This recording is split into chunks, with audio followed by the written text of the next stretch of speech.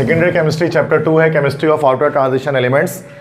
इसमें हम lecture 5 discuss करने जा रहे हैं। तो कल हमने लेक्चर 4 पढ़ा था, तो आज हम लेक्चर 5 को डिस्कस करेंगे।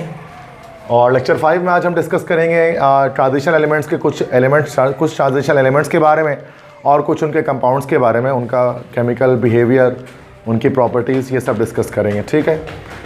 सबसे पहले हमारे पास है दिस इज़ क्रोमियम। तो क्रोमियम को हम पहले डिस्कस करेंगे। तो क्रोमियम एक हमारे पास एलिमेंट है, आपको पता है ट्रांजिशन एलिमेंट है क्रोमियम, और ये बिलोंग करता है, क्रोमियम हमारा 3D series of periodic table से।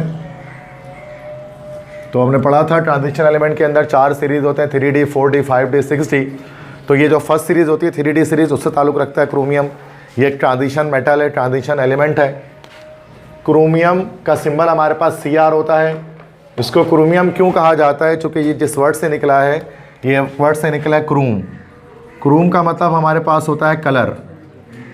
जैसे गूगल क्रूम है, उसका जो लोगो होता है उसमें मल्टीपल 4 डिफरेंट कलर्स होते हैं।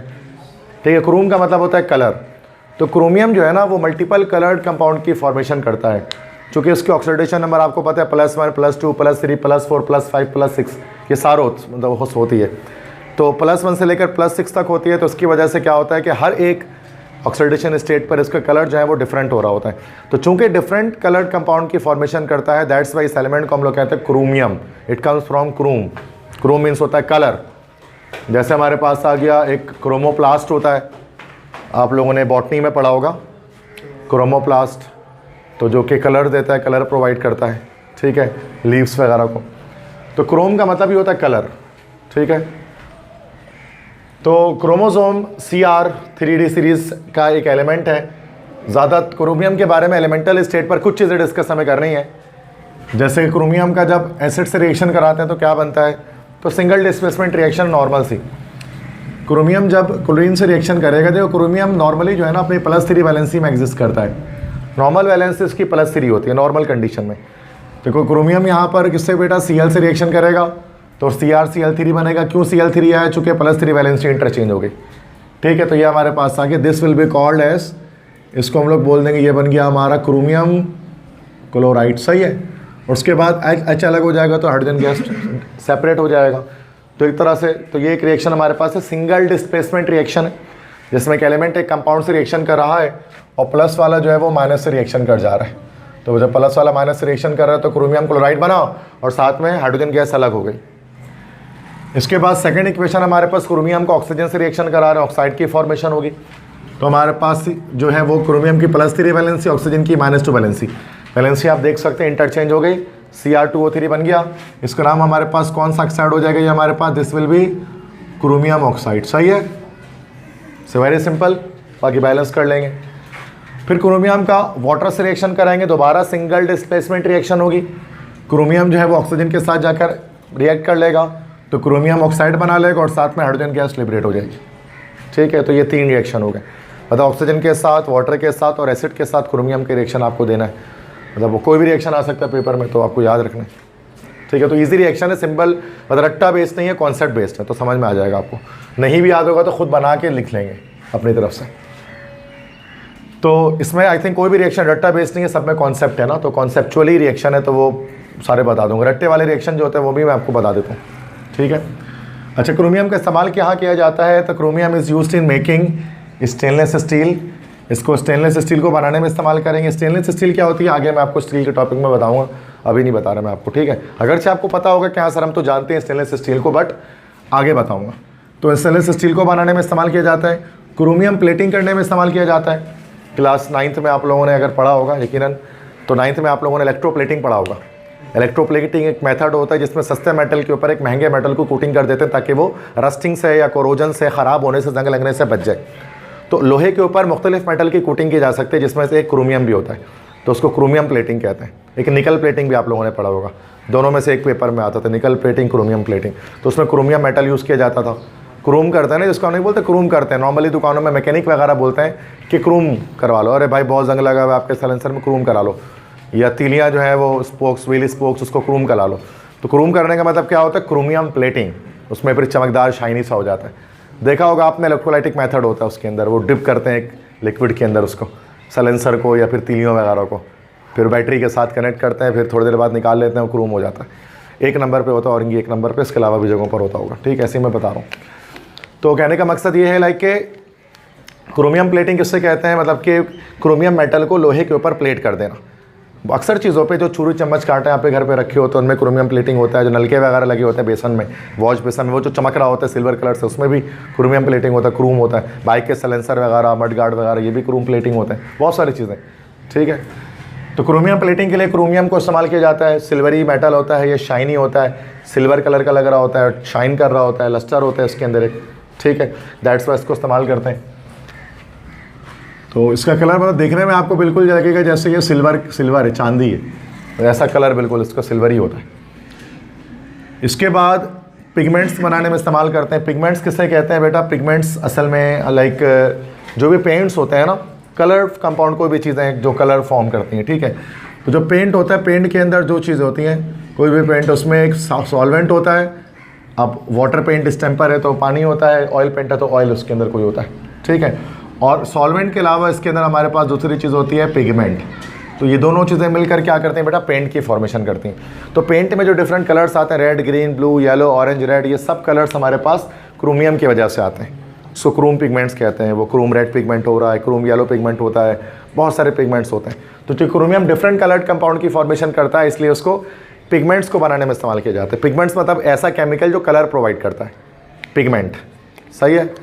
तो जैसे कि आप जानते हैं, जैसे मेलानिन होता है एक हमारे पास, तो मेलानिन बायोलॉजी वाले जानते हैं कि वो स्किन को कलर प्रोवाइड करता है। जो स्किन का कलर होता है वो मेलानिन की वजह से होता है, वो पिगमेंट है, ठीक है। इसी तरह से बालों में होता है कैरेटिन। तो कैरेटिन एक पिगमेंटेड प्रोटीन है, जो कैरेटिन ब्लैक कलर के होता है। यही बाल वाइट होता है जब कैरेटिन खत्म हो जाता है या उसकी प्रोडक्शन रुक जाती है, बायो में पढ़ते हैं डिटेल में। तो पिगमेंट बहुत सारे होते हैं, पिगमेंटेड चीज़ें, ठीक है। तो कहने का मकसद है कि जो हमारे पास पिगमेंट है, तो पिगमेंट हमारा जो है वो क्या होता है, कलर्ड कंपाउंड की फॉर्मेशन करता है, ठीक है ना। तो क्रोमियम को इसको बनाने में भी इस्तेमाल करते हैं, कलर्स वगैरह को बनाने में। नेक्स्ट है पोटेशियम डाइक्रोमेट। तो पोटेशियम डाइक्रोमेट असल में पोटेशियम का एक कंपाउंड हमारे पास है, तो क्रोमियम का एक कंपाउंड कह सकते हैं। अभी हमने क्रोमियम को एलिमेंटल स्टेट में पढ़ा है। अब ये जो क्रोमियम है Cr है, ठीक है। तो ये क्रोमियम हमारे पास पोटेशियम डाइक्रोमेट कंपाउंड होगा, इसमें क्रोमियम मौजूद होगा। फॉर्मूला होता है K2Cr2O7, this is called potassium dichromate. यहाँ पर जो Cr2O7 -2 आइन है, इसको हम लोग कहते हैं दिस इज कॉल्ड डाइक्रोमेट आइन। तो ये डाइक्रोमेट आइन है, और इस डाइक्रोमेट आइन का कलर जो होता है वो रेड कलर का होता है। तो ये जो आइन कहलाते हैं, ये जो है डाइक्रोमेट आइन कहलाता है, ठीक है। तो K2 के साथ मिल गया तो ये हमारा हो गया पोटेशियम डाइक्रोमेट। तो जब इसके साथ आप K लगा लोगे तो वैलेंसी इंटरचेंज हो जाएगी, माइनस उसके नीचे आ जाएगा, तो ये K2Cr2O7 हो जाएगा, समझ गए। तो डाइक्रोमेट आइन जब पोटेशियम के साथ लग जाए तो ये है पोटेशियम डाइक्रोमेट। डाइक्रोमेट क्यों कह रहे हैं, क्योंकि दो क्रोमियम है, दैट्स वाई पोटेशियम डाइक्रोमेट। एक होता है हमारे पास सिर्फ CrO4, एक ये वाला भी आइन आगे हम पढ़ेंगे अभी, CrO4 -2, इसको हम लोग कहते हैं दिस इज कॉल्ड क्रोमेट आइन। तो ये क्रोमेट आइन होता है। क्रोमेट आइन का जो कलर होता है वो हमारे पास होता है येलो, ये पीले रंग का होता है। तो देखो ये इसमें एक क्रोमियम है तो ये क्रोमेट है, इसमें दो क्रोमियम है तो डाइक्रोमेट है। ये रेड कलर का होता है, येलो कलर का होता है, ये दोनों अलग अलग आइंस हैं। यहाँ पर चूंकि डाइक्रोमेट आइन मौजूद होते हैं, पोटेशियम डाइक्रोमेट है, ठीक है। पोटेशियम क्रोमेट भी होता है एक है, वो K2Cr4 होता है। तो पोटेशियम डाइक्रोमेट को आप लोग सेकेंडरी में इस्तेमाल करेंगे जब आपके प्रैक्टिकल से स्टार्ट होंगे। तो आपके सॉल्ट एनालिसिस के प्रैक्टिकल सेकेंडरी के अंदर होंगे, जिसमें आप टेस्ट ट्यूब के अंदर बहुत सारे एनालिसिस कॉलेज के अंदर कर रहे होंगे। उसके अंदर कुछ हमारे पास जो सॉल्ट एनालिसिस जब हम करेंगे तो उसमें पोटेशियम डाइक्रोमेट को भी इस्तेमाल किया जाता है CT करने के लिए, कन्फर्मेटरी टेस्ट करने के लिए। तो पोटेशियम डाइक्रोमेट जब आप चेक करोगे ना लैब में, तो वो रेड कलर का एक क्रिस्टलाइन सॉलिड होगा, रेड कलर का क्रिस्टल जैसा एक सॉलिड होगा, उसको हम कहते हैं पोटेशियम डाइक्रोमेट, ठीक है। तो रेड क्रिस्टलाइन सॉलिड हम इसको कह सकते हैं। तो ये हमारे पास होता है, this is potassium dichromate, crystal जैसा होगा, बिल्कुल लाल होगा। और जो हमारा जो क्रोमेट होता है ना, पोटेशियम क्रोमेट, ये भी होगा रखा हुआ लैब में, ये पीले रंग का होगा, येलो कलर का होगा। तो फ़र्क है, दोनों के कलर में फ़र्क होगा। पानी में हल हो जाएगा, सॉल्युबल इन वाटर है, ऑरेंज रेड टाइप का एक सोल्यूशन बना लेगा पानी में डिजॉल्व होकर। अच्छा, इसमें प्रॉपर्टीज़ की एक प्रॉपर्टी, सिर्फ हमें दो प्रॉपर्टी देखनी है। एक प्रॉपर्टी मैं यहाँ पर आपको दिखाता हूँ, क्रोमेट डाइक्रोमेट इक्विलिब्रियम। अब क्रोमेट डाइक्रोमेट इक्विलिब्रियम किसे कहते हैं कि जब भी पोटेशियम डाइक्रोमेट को पानी में डाला जाता है, वाटर में ऐड किया जाता है, जब भी इसको जब पानी में डालेंगे ना डाइक्रोमेट आइन को, तो ये क्या होगा, क्रोमेट आइन में कन्वर्ट हो जाएगा और साथ में जो है वो H+ या एसिड जो है वो हमारे पास फॉर्म हो जाएगा। तो H प्लस जो आ रहा है हमारे पास, ये तो हमें एसिड को शो करता है ना भाई, H प्लस आइन। और ये जो CrO4 माइनस आइन है, ये हमारा जो है वो आप जानते हैं क्रोमेट आइन है, जिसका रंग है, जिसका कलर हमारे पास येलो होगा, पीले रंग का होगा। तो जब डाइक्रोमेट को पानी में डाला जाता है तो यहाँ पर हमारे पास एक रिएक्शन हो जाता है, और ये जो सोल्यूशन का कलर है ऑरेंज रेड टाइप का हो जाता है, मीन्स कि ऑरेंज और रेड के बीच की चीज़। कहने का मकसद ऑरेंज रेड से क्या मुराद है कि चूँकि ना रेड होता है ना येलो, रेड और येलो के बीच की चीज़ हम ऑरेंज रेड कहते हैं, ऑरेंज रेड टाइप का कलर होता है। अब ये एक इक्विलिब्रियम इस्टेब्लिश हो गया है, जिसमें आप समझ जाए कि 50% हमारा डाइक्रोमेट है और 50% क्रोमेट होता है। अब इसके अंदर हम क्या कर सकते हैं, रिएक्शन को बैकवर्ड फॉरवर्ड दोनों मूव करवा सकते हैं। अब अगर हम एसिड ऐड करेंगे ना इस रिएक्शन में, चूँकि देखो रिवर्सिबल रिएक्शन है, जब एसिड ऐड करेंगे H प्लस को ऐड किया जाएगा तो क्या होगा, रिएक्शन जो है वो बैकवर्ड आएगा, ठीक है। तो क्या होगा बेटा कि ये जैसे ही हम इसमें पानी डालेंगे ना, एक सॉल्यूशन बन जाएगा ऑरेंज रेड कलर का, जिसमें 50% हमारा डाइक्रोमेट आएगा और 50% हमारा क्रोमेट आइन होगा। अब इसके अंदर अगर आप एसिड ऐड करोगे ना थोड़ा सा, क्योंकि कुछ ड्रॉप एसिड का डालो ना, तो क्या होगा, सॉल्यूशन पूरा रेड हो जाएगा। चूंकि आप जाहिर सी बात H प्लस ऐड करोगे तो प्रोडक्ट की साइड पे इजाफा होगा। लीच चार्टर प्रिंसिपल आपने पढ़ा है, जब प्रोडक्ट की कंसंट्रेशन बढ़ती है तो रिएक्शन बैकवर्ड आ जाता है, जब बैकवर्ड आएगा तो पूरा रेड हो जाएगा जी। अच्छा, इसी का उल्टा कर दो, अगर आप बेस को ऐड करोगे तो क्या होगा, अब वो न्यूट्रलाइज होगा और वाटर की फॉर्मेशन हो जाएगी, और दोबारा से रिएक्शन क्या हो जाएगा, फॉरवर्ड चला जाएगा। फॉरवर्ड जाएगा तो दोबारा येलो हो जाएगा सॉल्यूशन। मतलब आप इसको मल्टीपल टाइम जितनी बार एसिड डालोगे तो रेड हो जाएगा, बेस डालोगे तो येलो, फिर एसिड डालोगे तो रेड हो जाएगा, बेस डालोगे तो येलो। इसको हम लोग कहते हैं क्रोमेट डाइक्रोमेट इक्विलिब्रियम, कि जो सॉल्यूशन होता है ना पोटेशियम क्रोमेट या डाइक्रोमेट का, ये इक्विलिब्रियम स्टेट पर होता है। इसको फॉरवर्ड बैकवर्ड मूव करवा सकते हैं एसिड और बेस के ऐड करने से, ठीक है। तो इसको याद रखिएगा। लास्ट इसके बाद हमारे पास ये चीज़ पता हमें बेटा है कि पोटेशियम डाइक्रोमेट एक ऑक्सीडाइजिंग एजेंट है। जैसे इससे पहले हमने पढ़ा था कि सल्फ्यूरिक एसिड एक ऑक्सीडाइजिंग एजेंट है। अब हमें कैसे पता लगता है कोई चीज़ ऑक्सीडाइजिंग एजेंट है कि नहीं है, हम ये चेक करते हैं क्या वो सब्सटेंस अपने हाईएस्ट ऑक्सीडेशन स्टेट पर मौजूद है। क्योंकि क्रोमियम के बारे में पता है कि जो Cr है वो +1 से लेकर +6 तक ऑक्सीडेशन स्टेट रख सकता है, ना भी। +1 भी होती है, +2 +3 +4 +5 +6 सारी होती हैं। ये मैंने आपको बताया वेरिएबल ऑक्सीडेशन स्टेट वाले हेडिंग के अंदर। तो यहाँ पर अगर आप देखोगे ना बेटा, पोटेशियम डाइक्रोमेट में भी देखोगे K2Cr2 7 में अगर मैं निकालूँ इसको, ठीक है, अगर मैं यहाँ से इसके ऑक्सीडेशन नंबर निकालूँ तो देखो क्या निकलता है। तो ये हमारे पास आ गया K2Cr2O7। अब यहाँ चेक करो, क्लोरीन ऑक्सीजन का एक का होता है माइनस, ये आना चाहिए आपको निकालना, अभी टेस्ट है इसका, हर सवाल में ऑक्सीडेशन नंबर निकलेगा, उसके बिना तो नंबर 0 का ऑक्सीडेशन नंबर गलत तो पूरा गलत। तो ये -14 हो गया, ये +2 हो गया, -14 और +2 हमारा -12 हो गया, इक्वल टू उधर गया +12 हो गया, नीचे मल्टीप्लाई बाय 2 है तो डिवाइड बाय 2 हो जाएगा वहाँ जाके। तो 12 डिवाइड बाय 2 क्या हो गया, +6 हो गया। नहीं समझ में आई बात, तो +6 हो गया ना। तो +6 ऑक्सीडेशन स्टेट मतलब हाईएस्ट ऑक्सीडेशन नंबर पर है क्रोमियम इस वक्त अपनी। इसका कतई मतलब है कि ये अपने ऑक्सीडेशन नंबर बढ़ा नहीं सकता इससे आगे। कोई भी रिएक्शन करेगा तो अपने आप को कम ही करेगा, अपने आप को ज़्यादा नहीं करेगा। और जब अपने आप को कम करेगा, रिड्यूस करेगा, तो खुद रिड्यूस करेगा ना भाई, तो सामने वाले को क्या करेगा, ऑक्सीडाइज करेगा। दैट्स वाई कौन सा एजेंट है ये हमारे पास, ऑक्सीडाइजिंग एजेंट। तो इसका कॉन्सेप्ट होता है कि कैसे पता लगता है। सल्फ्यूरिक एसिड में भी ऑक्सीडाइजिंग एजेंट हमने लिखा था, चूँकि +6 से ऊपर नहीं कर सकता था वो अपने आप को, +6 से नीचे कर सकता था, और वैसे ही करता था, SO2 की फॉर्मेशन करता था, ठीक है। तो potassium dichromate is an oxidising agent. Potassium dichromate एक ऑक्सीडाइजिंग एजेंट है। अच्छा, अब वो किस तरह से, ये हमारे पास एक इक्वेशन लिखी हुई है, मैंने इसको आयनिक फॉर्म में लिखा है, बुक में आयनिक फॉर्म में है। वैसे ये मॉलिक्यूलर फॉर्म में भी हो सकती थी, लेकिन वो बड़ी मुश्किल होती है, तो अच्छा हुआ बुक के अंदर इसको आयनिक फॉर्म में ही लिखा गया, जो आसान है, ईजी वे है इसको लिखने का, ठीक है। मॉलिक्यूलर फॉर्म में बहुत लंबी इक्वेशन हो जाती है। ये रिडॉक्स रिएक्शन है, ये हमारे पास है, रिडक्शन ऑक्सीडेशन चलेगी, तो देखना गौर से समझना है। ये हमारे पास है पोटेशियम डाइक्रोमेट, रेड कलर का होगा, लेकिन डाइक्रोमेट आइन, पोटेशियम भी होगा लेकिन पोटेशियम हटा दिए तो डाइक्रोमेट आइन आ गया। Fe+2 आइन से रिएक्शन कराने, Fe+2 आइन आप सबको पता है, पढ़ा था हमने, कौन सा आइन है, फेरस है ये, फेरिक तो नहीं है ना, ये फेरस है, फेरस आइन। 14H+ से रिएक्शन हो, मतलब ये एसिडिक मीडियम में रिएक्शन होता है। तो एसिडिक मीडियम में, क्योंकि जो हमारा पोटेशियम डाइक्रोमेट एक ऑक्सीडाइजिंग एजेंट आ गया, मैं ब्रैकेट में लिख देता हूँ इन एसिडिक मीडियम, सिर्फ और सिर्फ एसिडिक मीडियम में, मतलब एसिड लाजमी चाहिए होगा।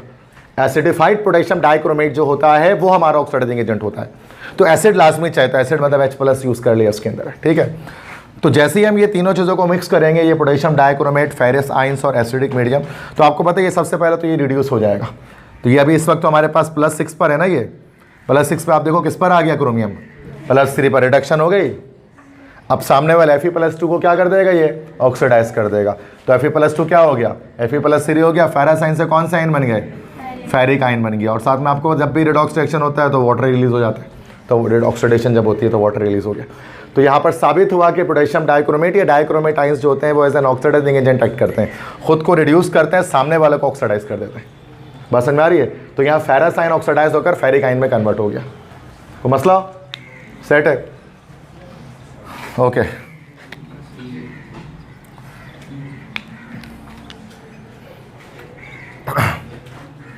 अभी मैट्रिक के रिजल्ट आएंगे, फिर सेकंड ईयर के रिजल्ट आएंगे, उसके बाद फिर फाइनली फर्स्ट ईयर के रिजल्ट्स, मतलब 9 के रिजल्ट आएंगे, फिर फर्स्ट ईयर के सबसे एंड में आता है जो आप लोगों ने एग्जाम दिए हैं। अच्छी बात यह है कि जो रिजल्ट्स मतलब सेकंड मतलब जो चेकिंग हो रही है, चेकिंग प्रोसेस के लास्ट से सबसे कम बच्चे, मतलब वो मैंने देखा भी तक एजुकेशन इन कराची वाले पेजेस में आया हुआ है कि फिजिक्स और मैथ्स में बच्चे मेजॉरिटी फेल्ड हैं और केमिस्ट्री इंग्लिश के अंदर मेजॉरिटी पास है। मतलब ये जो है ना, ये that is nothing, that is just my work on YouTube, जिसके वजह से बच्चे इस साल केमिस्ट्री में फेल ज़्यादा नहीं हुए। तो मैंने पूरा टारगेट पेपर बनाकर पूरे कराची को दिया, सब कुछ किया, तो ईजिली तमाम बच्चों के पॉजिटिव रिव्यूज़ आए कि सर केमिस्ट्री का पेपर सबसे बेस्ट हो गया। पूरी कराची में हज़ारों बच्चों के मैसेजेस आए मेरे पास इसकी वजह से। और लोग भी कह रहे हैं इस बार केमिस्ट्री में बच्चे इतने फेल नहीं है जितना हर साल होते थे। हर साल फिजिक्स मैथ में कम, केमिस्ट्री में ज़्यादा होते। इस बार केमिस्ट्री मैंने कम करवा दिया फेलियर्स को। ये जो छोटा सा काम है क्या ना, चैनल कुछ चीज़ नहीं होती है, लेकिन एक छोटा सा काम एक बड़ा इम्पैक्ट क्रिएट करता है लाइफ में।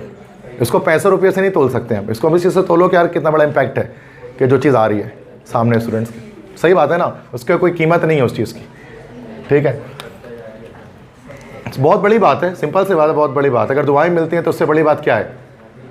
सर डॉलर्स आज नहीं तो कल इंसान के पास ख़त्म हो जाएंगे, लेकिन दुआएं आखिरत तक काम आएंगी। सही बात है ना यार। लेकिन हमारी पब्लिक दुआएं लेने के बजाय डॉलर से लेना चाहती है।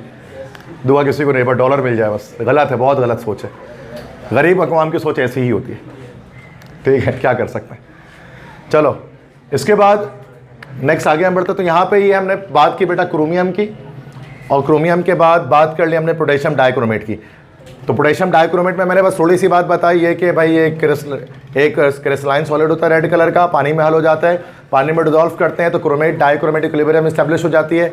उसमें एसिड ऐड करते हैं तो रेड कलर हो जाता है, और बेस ऐड करते हैं तो येलो कलर हो जाता है, क्रोमेटाइन बन जाता है। पोटेशियम डाइक्रोमेट एसिडिक मीडियम में एक ऑक्सीडाइजिंग एजेंट है।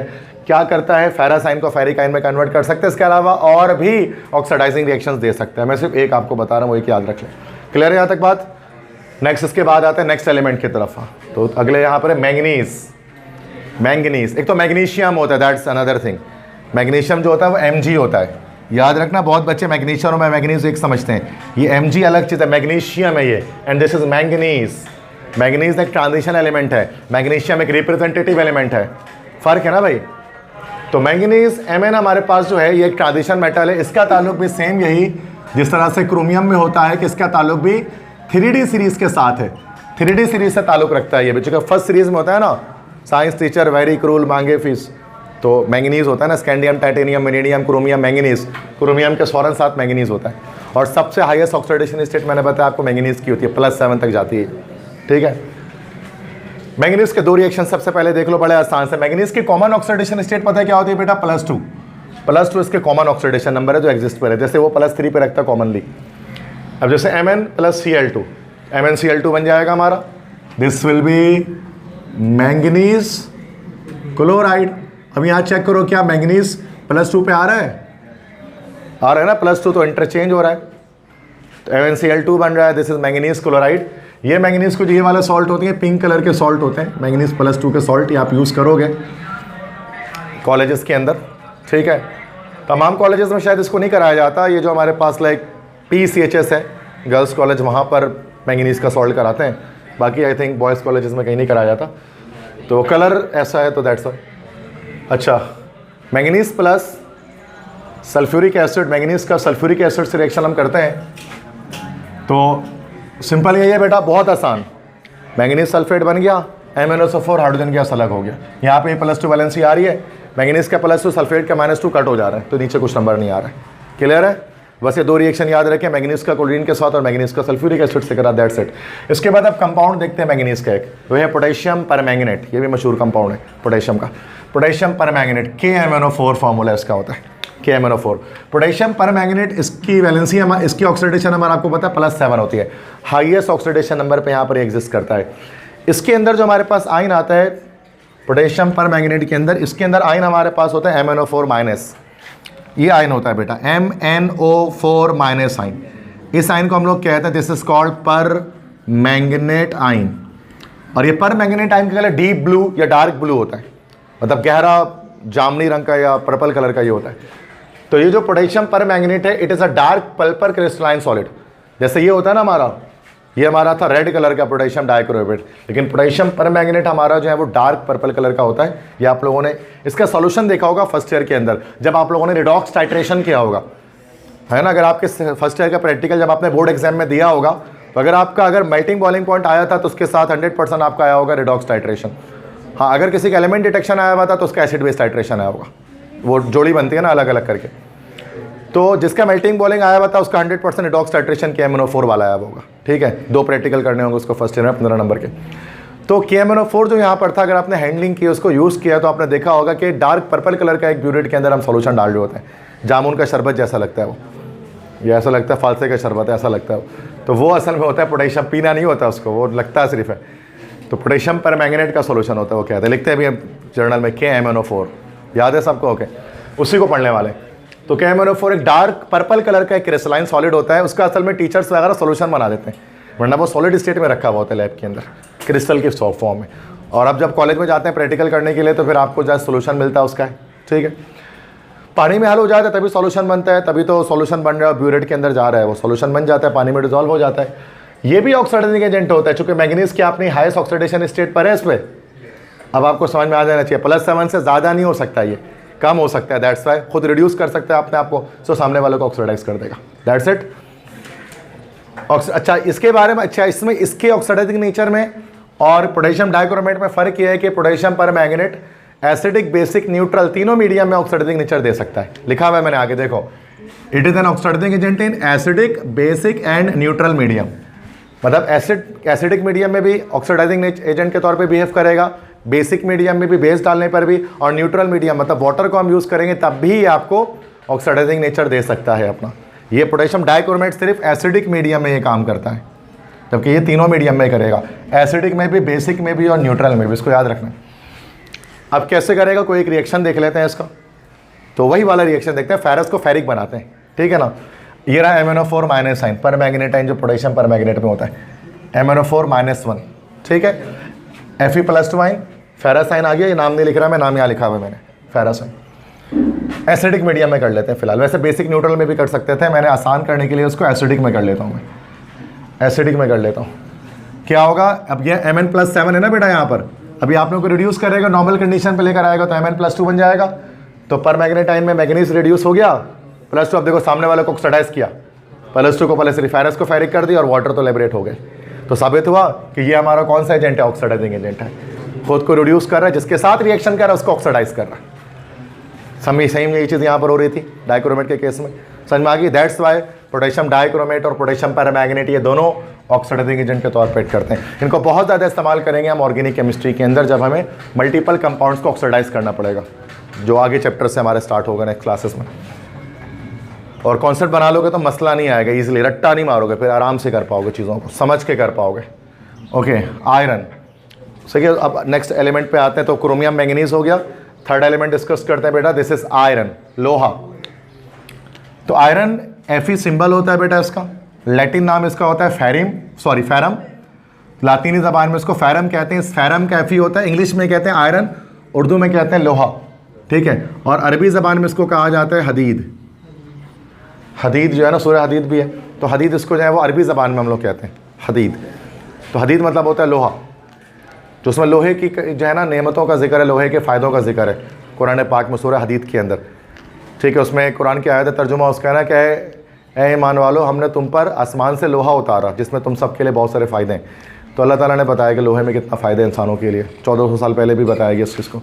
और ये आयत जो है ना वो 56 नंबर पे आयत है, ये 56वें नंबर पे आयत आती है सूरह हदीद के अंदर। 56 is the atomic mass of iron, ठीक है। दैट्स वाई केमिस्ट्री को हम कहते हैं नुस्खा कीमिया, है ना, नुस्खा कीमिया कहा जाता है, केमिस्ट्री उसके अंदर बहुत है कुरान पाक के अंदर। ओके, तो वो कभी उस पर बात करेंगे, अलग से टाइम मिला तो मैं कहने का मकसद है कि हदीद जो है, क्योंकि बीइंग अ केमिस्ट्री टीचर मैं उसको समझता हूँ कहाँ पर है। एक आम बंदा पढ़ता है तो उसको उतना नहीं समझ पाता, इसलिए इल्म बहुत ज़रूरी है कुरान पाक पढ़ने के लिए भी, साइंसी इल्म खास तौर पे, ताकि आप समझ सकें कुरान पाक कितनी अहम बातें कर रहा है। बरता इसके कि उस मुर्दा बख्शवाने के लिए उसको हम रख लें, क्योंकि मर गया तो बख्श दो उसको पढ़ गए, तो कुरान सिर्फ इस चीज़ के लिए तो है नहीं। सूरह हदीद, तो हदीद जो है ना, हदीद का मतलब लोहा। इस तरह से जो है ना वो हमारे यहाँ पर कराची में इलाके गुलशन हदीद, गुलशन हदीद, वहाँ पर स्टील मिल है। स्टील मिल का जो इलाका है ना उसको गुलशन हदीद कहते हैं। उसको गुलशन हदीद कहते हैं इसलिए कि वहाँ पर लोहा बनता है स्टील मिल में। दैट्स अ गुलशन हदीद, बता हदीद मतलब आयरन, लोहा। तो नाम कैसे पड़ा इसी में बता रहा, हदीद का नाम अक्सर लोगों को नहीं पता गुलशन हदीद को क्यों बोलते हैं। ओके, तो अब यहाँ पर बात करते हैं आयरन पे। तो ऐसे में एक्स्ट्रा नॉलेज दे रहा था, पेपर में नहीं आएगा, पेपर में यहाँ से आएगा। तो iron is the 4th most abundant element in earth crust, ठीक है। लोहा जो है बेटा 4th मोस्ट अबंडेंट एलिमेंट है अर्थ क्रस्ट के अंदर, ज़मीन के अंदर पाया जाना वाला। मैं कहता हूँ आपको 1 2 3 भी याद होने चाहिए अर्थ क्रस्ट में, फिर चौथे तक याद होना चाहिए। फर्स्ट नंबर 1 पे कौन सा एलिमेंट सबसे ज़्यादा है? मेटल नहीं, normally yes oxygen, yes Haris ने सही बताया, दैट्स ऑक्सीजन। क्योंकि सिलिका ज़्यादा है ना भाई, ज़मीन पे क्या है, मिट्टी ज़्यादा है ना, रेत ज़्यादा है, सिलिका ज़्यादा है, सैंड ज़्यादा है, SiO2 ज़्यादा है। SiO2 में भी ज़्यादा क्या है, ऑक्सीजन है ना, वो 2 ऑक्सीजन है। तो फर्स्ट नंबर पे ऑक्सीजन आ गया। सेकंड नंबर पे क्या है फिर? अरे भाई सिलिका है ना, तो इतना कॉमन सेंस मर गया तुम लोगों का यार, क्या कर रहे हो। SiO2 है तो दूसरे नंबर पे सिलिकॉन नहीं हुआ क्या? तो लोग क्या डॉक्टर बनने का ख्वाब देखते हो यार, इंजीनियर बनने का ख्वाब देखते हो, तो देख लो यार, तो दिमाग तो लगाओ थोड़ा। पहले नंबर पे ऑक्सीजन है, दूसरे पे सिलिकॉन आएगा, और क्या आएगा? सबसे ज़्यादा यही है ना, मिट्टी है, तो इसमें कौन सा कॉमन सेंस लगाना है। दूसरे नंबर पे सिलिकॉन। थर्ड नंबर पे हमारे पास आता है दिस इज एल्यूमिनियम, और फोर्थ नंबर पे हमारे पास क्या आता है बेटा? आयरन। ये लाइन से टॉप 4 आपको याद रखने होंगे। किसके अंदर बेटा? अर्थ क्रस्ट में। क्रस्ट से मुराद सतह ज़मीन की बात मैं कर रहा हूँ, हवा में तो नाइट्रोजन ही ज़्यादा है, वो सबको पता है। अर्थ क्रस्ट की बात कर रहे हैं, ज़मीन के अंदर बात कर रहे हैं, हवा में नहीं। और वैसे भी पानी में भी नहीं, पानी में तो H2O ज़्यादा है ना, वो अलग उसका सीन है। तो ऑक्सीजन, सिलिकॉन, ये क्रस्ट के अंदर ये टॉप 4 एलिमेंट्स, इसको याद रखा करें, बहुत इंपॉर्टेंट होता है। पहले पे ऑक्सीजन, दूसरे पे सिलिकॉन, थर्ड पे एल्यूमिनियम और फोर्थ पे आयरन, ठीक है। अच्छा, एल्यूमिनियम और आयरन में से बताओ महंगा मेटल कौन सा है? एल्यूमिनियम के आयरन? लोहा महंगा है कि एल्यूमिनियम? टिन डब्बे वाले को बेचा है कभी? एल्यूमिनियम महंगा रेट पे लेता है कि लोहा? एल्यूमिनियम महंगे रेट पे लेता है ना टिन डब्बे वाला, लोहा सस्ता लेता है। चंबुक चिपका के दिखता है, वो रखा होता है ना चंबुक उसके बाद ठेले में, वो चिपकाते नहीं चिपक रहा होता तो महंगा रेट है, चिपक गया तो सस्ता है। अच्छा, एक रूल होता है कॉमर्स में लोग पढ़ते हैं, supply and demand. Supply and demand, जिस चीज़ की सप्लाई ज़्यादा होती है उसका रेट कम होता है। सप्लाई ज़्यादा किसकी है, एल्यूमिनियम की कि आयरन की? ज़्यादा किसकी है सप्लाई? ज़्यादा सप्लाई आयरन की है। क्यों? तीसरे नंबर पे कौन है? कॉमन सेंस फिर ख़त्म हो गया, ज़्यादा एल्यूमिनियम होगा ना, थर्ड मोस्ट अबंडेंट है। ज़्यादा सप्लाई किसकी है? एल्यूमिनियम की है। और फोर्थ नंबर पे क्या है? आयरन है ना। तो सस्ता किसको होना चाहिए? आयरन को होना, सॉरी एल्यूमिनियम को होना चाहिए, होना चाहिए एल्यूमिनियम को सस्ता, क्योंकि ज़्यादा निकल जाए वो ज़मीन से। लेकिन होता कौन सस्ता है? लोहा। ऐसा क्यों है? क्योंकि एल्यूमिनियम को रिफाइन करने का प्रोसेस बहुत कॉस्टली होता है। एल्यूमिनियम बॉक्साइट ओर की सूरत में ज़मीन से निकलता है, क्लास 10 में आप लोगों ने पढ़ा होगा। बॉक्साइट ओर को रिफाइन करने के लिए इलेक्ट्रोलाइटिक मेथड यूज़ करते हैं, जो काफ़ी कॉस्टली पड़ता है। यही आयरन को रिफाइन करने के लिए ब्लास्ट फर्नेस यूज़ किया जाता है, एक सस्ता प्रोसेस है, इसलिए इतनी कॉस्टिंग नहीं आती उसको रिफाइन, इसको प्यूरीफाई करने में। दैट्स वाई आयरन सस्ता पड़ता है और एल्यूमिनियम महंगा पड़ता है। अगर चाहिए ज़्यादा निकलता है, बट रिफाइंड स्टेट में बहुत महंगा पड़ जाता है। समझ में आ गई बात? तो ये याद रखना है उसको। वैसे सप्लाई डिमांड के लिहाज से कॉमन सेंस तो यही जाता है कि भाई आयरन सस्ता, वो एल्यूमिनियम सस्ता होना चाहिए। चलो ठीक है भाई, तो ऐसे ही बता रहा था। अब देखो, तो iron fourth most abundant element है अर्थ क्रस्ट के अंदर। सतह ज़मीन के अंदर फोर्थ सबसे ज़्यादा एलिमेंट जो है वो आयरन पाया जाता है। देखो, चीज़ों को समझने की नीयत से पढ़ोगे ना तो पेपर खुद ब खुद पास होगा, नंबर खुद ब खुद आ जाएंगे, बिना ना चाहते हुए भी आ जाएंगे नंबर। अगर नियत ये होगी कि क्लास में समझने की नीयत से पढ़ रहे हैं, इंटरेस्ट लेके यार कुछ मज़े की बात सुनेंगे आज, तो पढ़ के कुछ फ़ायदा होगा। ये सोचोगे नंबर लाने के लिए, सर में दर्द करने के लिए पढ़ रहे हैं, तो कभी ज़िंदगी में नहीं आएगा नंबर। ठीक है। इस नियत से कभी किसी भी क्लास में नहीं बैठा कि नंबर लाने के लिए पढ़ रहे हैं, इस नियत से पढ़ो कि भाई इंटरेस्टिंग नॉलेज मिल रही है, सर कुछ सिखा रहे हैं, आज मज़ा आएगा, खुद ब खुद पेपर में अच्छा वो पेपर जाएगा। आप देखना है उसको। हमारा बच्चे इस नियत से बैठते ही नहीं क्लास में, वो नंबर की नियत से बैठते हैं, वही नहीं मिल रहा होता उसको। जिस चीज़ के पीछे भागोगे वो आपसे उतना ज़्यादा भागेगा, रूल है दुनिया का ये, ठीक है। तो नंबर के पीछे मत भागो, खुद आएगा वो आपके पास। कॉन्सेप्ट समझो। तो iron 4th most abundant element है अर्थ क्रस्ट के अंदर सबसे ज़्यादा, ठीक है। और it is use for construction purpose, construction करने के लिए इस्तेमाल करते हैं। सरिया वगैरह जो बनाते हैं, टोर बार्स वगैरह जो बनते हैं, सरिये बनते हैं, तो वो भी आपके पास आयरन से बनते हैं, ठीक है। इस अलावा और हमारे बॉडी में भी मौजूद है ये हेमोग्लोबिन के अंदर, हेमोग्लोबिन। तो हेमोग्लोबिन क्या होता है बेटा? RBC, red blood cell. तो रेड ब्लड सेल के अंदर आपको पता है कि आयरन मौजूद होता है। हेमोग्लोबिन जो है ना वो आयरन बेस्ड है, और आयरन की वजह से ही ब्लड का कलर जो है वो रेड होता है। तो इसको भी याद रखिएगा एमसीक्यूज़ के लिए कि जो खून का कलर लाल होता है ना, आरबीसीज़ की बात कर, रेड ब्लड सेल्स की बात करूँ, तो आरबीसी का रेड कलर आता है हेमोग्लोबिन की वजह से।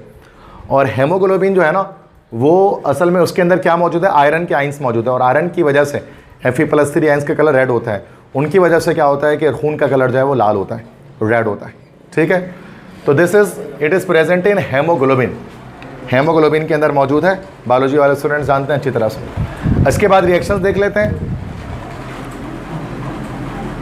2 रिएक्शन से बड़े आसान से, एक तो जंग लगने वाला reaction, rusting of iron.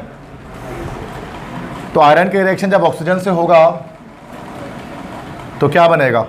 Iron की वैलेंसी यहाँ पर +3 है और यहाँ पर ऑक्सीजन -2 Fe2O3 बन जाएगा। रस्ट बोलते हैं इसको, उर्दू में जंग बोला जाता है। एक ब्राउन कलर का एक पाउडर होता है जो लोहे के ऊपर जमा हो जाता है जब लोहे में जंग लगता है। तो जब आयरन रिएक्शन करता है ऑक्सीजन से, हवा से, तो लोहे में जंग लगना शुरू होता है, और ये जंग का फार्मूला हो गया आपका रस्ट का। कौन सा ऑक्साइड है? फेरिक ऑक्साइड है कि फेरस ऑक्साइड है? ये +3 है ना, तो फेरिक ये लिखा हुआ है अल्लाह के बंदे, ये रहा फेरिक, +3 है।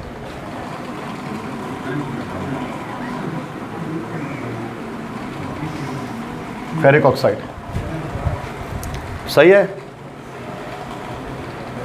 तो मसला।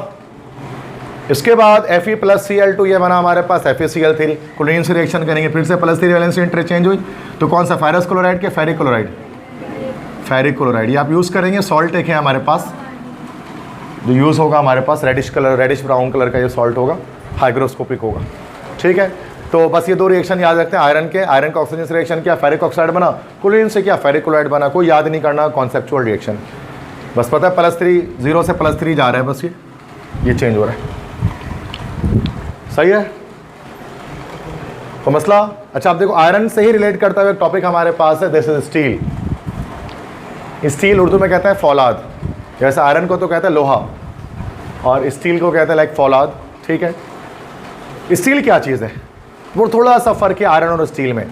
Steel is an iron based alloy, steel एक अलॉय है, और अलॉय हमने पीछे क्लासेस में पढ़ा है, कॉम्बिनेशन ऑफ 2 और more than 2 metals is called alloy. 2 या 2 से ज़्यादा मेटल जब मिल जाते हैं तो अलॉय बनता है। तो स्टील असल में एक मेटल नहीं, एक अलॉय है, मेटल्स का कॉम्बिनेशन है। तो नीचे इसी बात को डिफाइन किया, देखो ज़रा, when iron is mixed with other metals then steel is formed. जब लोहा किसी और मेटल के साथ मिक्स किया जाता है तो स्टील बनता है। देखो लोहा इटसेल्फ जो बहुत अच्छा मेटल नहीं है। आयरन की बात करें ना, आयरन इटसेल्फ जो होता है ना, उसकी टेंसाइल स्ट्रेंथ भी कम होती है, उसकी मैकेनिकल स्ट्रेंथ भी ज़्यादा नहीं होती है, वो देखने में बड़ा भद्दा सा और डल सा लगता है, तो ना खूबसूरत लगता है ना स्ट्रेंथ होती है, किसी लिहाज से लोहा इतना पायदार नहीं होता है। तो हम हर मुमकिन कोशिश करते हैं कि लोहे को हम किस में कन्वर्ट कर देते हैं? स्टील के अंदर। तो हम लोग जो इस्तेमाल करते हैं ना, अक्सर वो स्टील ही यूज़ कर रहे होते हैं, लोहा नहीं यूज़ कर रहे होते हैं। बहुत कम कोई इंसान लोहा यूज़ कर रहा होता है, अक्सर स्टील यूज़ होता है, ठीक है। स्टील क्या होता है? आयरन की कॉम्बिनेशन, आयरन के साथ चीज़ों को मिक्स करके हम बनाते हैं। तो steel is much better than iron, steel बहुत बेहतर होता है आयरन से। क्यों? According to mechanical and tensile strength. Mechanical strength बहुत ज़्यादा होती है, बहुत टफ, बहुत हार्ड होता है स्टील आयरन के मुकाबले में, और टेंसाइल स्ट्रेंथ, लचक, फ्लेक्सिबिलिटी भी ज़्यादा होती है। लोहे का सरिया बना के अगर इसको अगर थोड़ा सा झटका लगेगा ना इसका, तो वो टूट जाएगा। लेकिन ये स्टील का सरिया बनाओगे ना तो वो पूरा फ्लेक्सिबल बेंड हो सकता है। सरिया देखा है स्टील का, वो पूरा बेंड हो सकता है, बेंड हो जाता है ना, वो टूटेगा नहीं लेकिन बेंड होकर भी, ताकि अर्थ को एक वगैरह है, जलजला है या कोई ज़मीन हिलती है ना हल्की हल्की सी, तो वो बिल्डिंग टूट कर गिरे ना। लेकिन अगर लोहे का बना देंगे तो वो तो फ़ौरन से स्टील पूरा टूट जाएगा उसके अंदर हल्के से झटके से। तो इसकी वजह से क्या होता है कि चूँकि स्टील की टेंसाइल स्ट्रेंथ ज़्यादा है, मैकेनिकल स्ट्रेंथ ज़्यादा है, इसलिए उसको आयरन के बदले में हर जगह इस्तेमाल किया जाता है। तो अब स्टील को, ठीक है, इसलिए आयरन कहीं नहीं बनता, डायरेक्ट स्टील बनाते हैं। जैसे कि स्टील मिल कहते हैं ना, कराची स्टील मिल्स कहते हैं, आयरन मिल्स कभी नहीं कहते हैं। हर जगह स्टील मिल लिखा होता है, अमरीली स्टील्स, तवारकी स्टील मिल्स, आगा स्टील, कभी भी आयरन नहीं लिखा होता, क्योंकि हर कोई स्टील ही बनाता है, आयरन कोई नहीं बनाता है। आयरन को स्टील में फ़ौरन से कन्वर्ट कर देते हैं ताकि वो थोड़ा सा स्ट्रेंथ बरकरार रखे, ताकि उसका इस्तेमाल हो ठीक तरह से। समझ गए मैडम?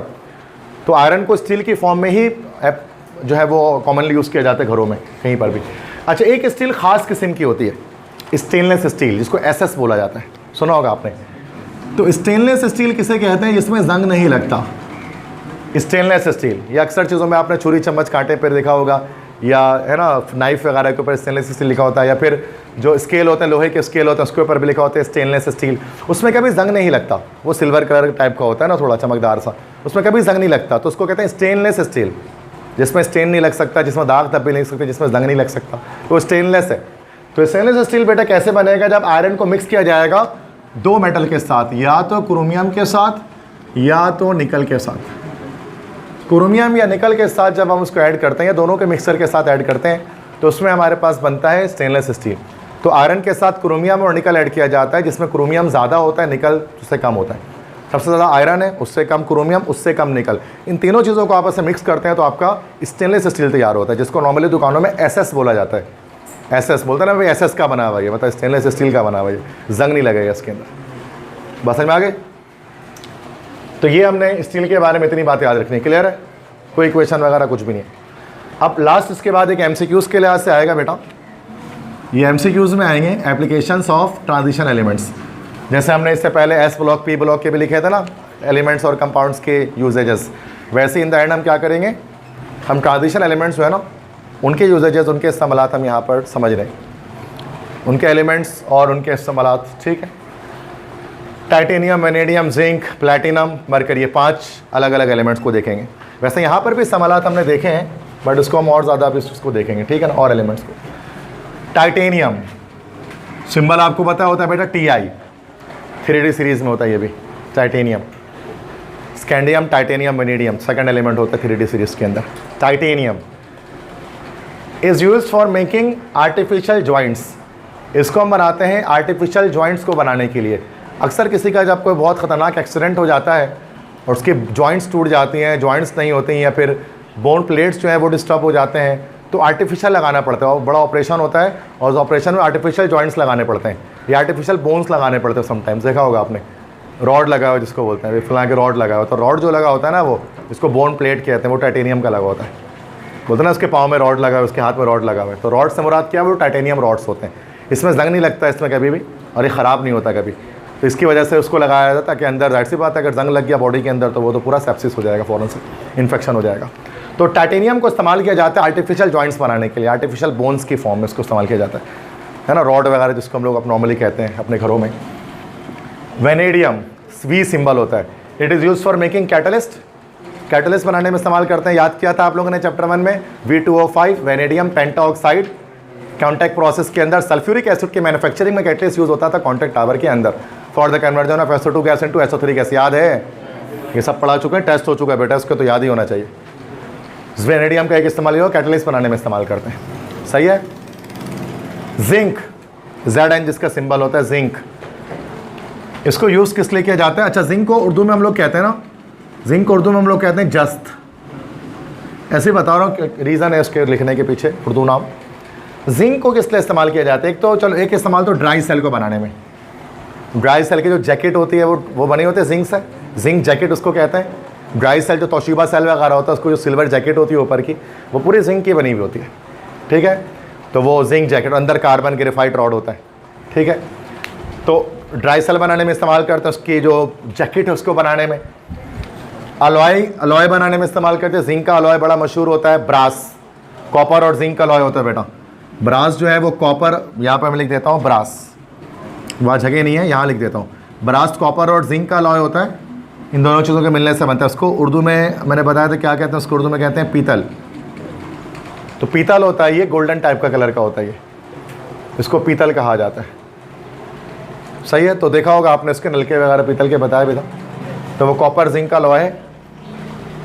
और इसके अलावा गैल्वेनाइजेशन प्रोसेस के लिए इस्तेमाल करते हैं। गैल्वेनाइजेशन या गैल्वेनाइज्ड आयरन, गैल्वेनाइजेशन किसे कहते हैं? एक साइंटिस्ट गैल्वानी था, उसने इसको बताया था, उसी के नाम पर ये प्रोसेस है। गैल्वानिक सेल भी जिसने बताया था ना, उसी के नाम पर यह है गैल्वेनाइजेशन। गैल्वेनाइजेशन का प्रोसेस क्या होता है? Coating of zinc on iron, लोहे के ऊपर जिंक मेटल का कोट कर देना। इससे क्या होता है? रस्टिंग से बच जाता है, मतलब रस्ट नहीं लगता, जंग नहीं लगता लोहे के ऊपर, उसको गैल्वेनाइज्ड आयरन कहा जाता है। ये अक्सर आपने देखा होगा कहाँ होता है गैल्वेनाइज्ड आयरन? मैं आपको बताता हूँ, ये जो चौखटें लगती है ना, जो दरवाजे लगते हैं, नया घर बनता है आरसीसी का, दरवाजे और खिड़कियों पर चौखटें लग रही होती हैं, फ्रेम जिसको कहते हैं आप लोग। अब वो फ्रेम जो लगता है ना, जो वो सिल्वर कलर टाइप का होता है, उसमें जंग नहीं लगता है, क्योंकि वो तो आपको पता है जब एक बार लग जाता है तो 3 4 5 महीने तक काम चलते रहता है, बिल्कुल एंड में गेट जाकर लगता है। अगर वो नॉर्मली लोहे का लगा दोगे तो फिर तो जंग पकड़ लेगा उसको 2 महीने में, तो वो उससे बनता है। फिर उसके ऊपर क्या जिंक की कोटिंग की जाती है, वो गैल्वेनाइज्ड आयरन होता है। और जो मिस्त्री वगैरह उसको बोलते हैं जस्त की चादरों से बना है। बोलेंगे किसका बना है? बोलेगा जस्त का बना हुआ है। बोला जस्त की चादरें हैं भाई, क्या हो गया, जंग नहीं लगेगा, जस्त की हैं। जस्त से क्या मतलब? वो उर्दू नाम ले रहा है असल में वो जिंक का, जिंक प्लेटेड। उसके फरिश्तों को भी नहीं पता होगा ये बात कि ये चीज़ क्या है, लेकिन वो बेचारा जाहिर सी बात है कि वो तो इतना पढ़ा लिखा नहीं है, लेकिन हमें बताना चाहिए कि ये जिंक प्लेटेड है वो। तभी एक फ़र्क है ना, एक और नॉर्मल टेक्निकल बंदे में और एक पढ़े लिखे इंसान में, जिसने पढ़ लिख लिया चीज़ों को, वो कॉन्सेप्ट के अंदर तक चीज़ें जानता है। तो जिंक को यूज़ किया जाएगा गैल्वेनाइजेशन के लिए, मतलब जिंक को लोहे के ऊपर कूट करने के लिए ताकि उससे जंग ना लगे उसके ऊपर, अलॉय बनाने के लिए जैसे कि ब्रास, और ड्राई सेल बनाने के लिए उसकी जो जैकेट बनाने के लिए, और भी इस्तेमाल होगा। मैंने TC डाल दिया, ये बुक में ये इस्तेमाल लिखे थे, ठीक है। नेक्स्ट इसके बाद है platinum, PT, most expensive metal. Platinum जो PT होता है आपको पता है, this is most expensive metal. दुनिया का सबसे महंगा मेटल जो है ना बेटा, वो गोल्ड नहीं है, गोल्ड से भी ज़्यादा महंगा एक चीज़ है जिसको हम कहते हैं प्लैटिनम, ठीक है। प्लैटिनम का सिंबल होता है PT। Platinum PT is use for making jewellery, पहले तो उसके ज्वेलरी बनाने में इस्तेमाल करते हैं, क्योंकि जेवरात महंगे मेटल से जेवरात बनाया जाता है ना, सिल्वर का बनता है, गोल्ड का बनता है। अब गोल्ड से भी महंगा जेवर बनता है प्लैटिनम का। तो प्लैटिनम का जो होता है वो भी सिल्वर टाइप का ही होता है, बट वो प्लैटिनम को भी हम ज्वेलरी को बनाने में इस्तेमाल कर सकते हैं, ज्वेलरी के मैन्युफैक्चरिंग में इस्तेमाल कर सकते हैं, ठीक है। तो प्लैटिनम तो, लेकिन वो उससे ज़्यादा कॉस्टली पड़ेगा, गोल्ड से भी ज़्यादा कॉस्टली पड़ेगा। अच्छा, वाइट गोल्ड नहीं होता, वाइट गोल्ड अलग चीज़ है, वो एक अलॉय होता है।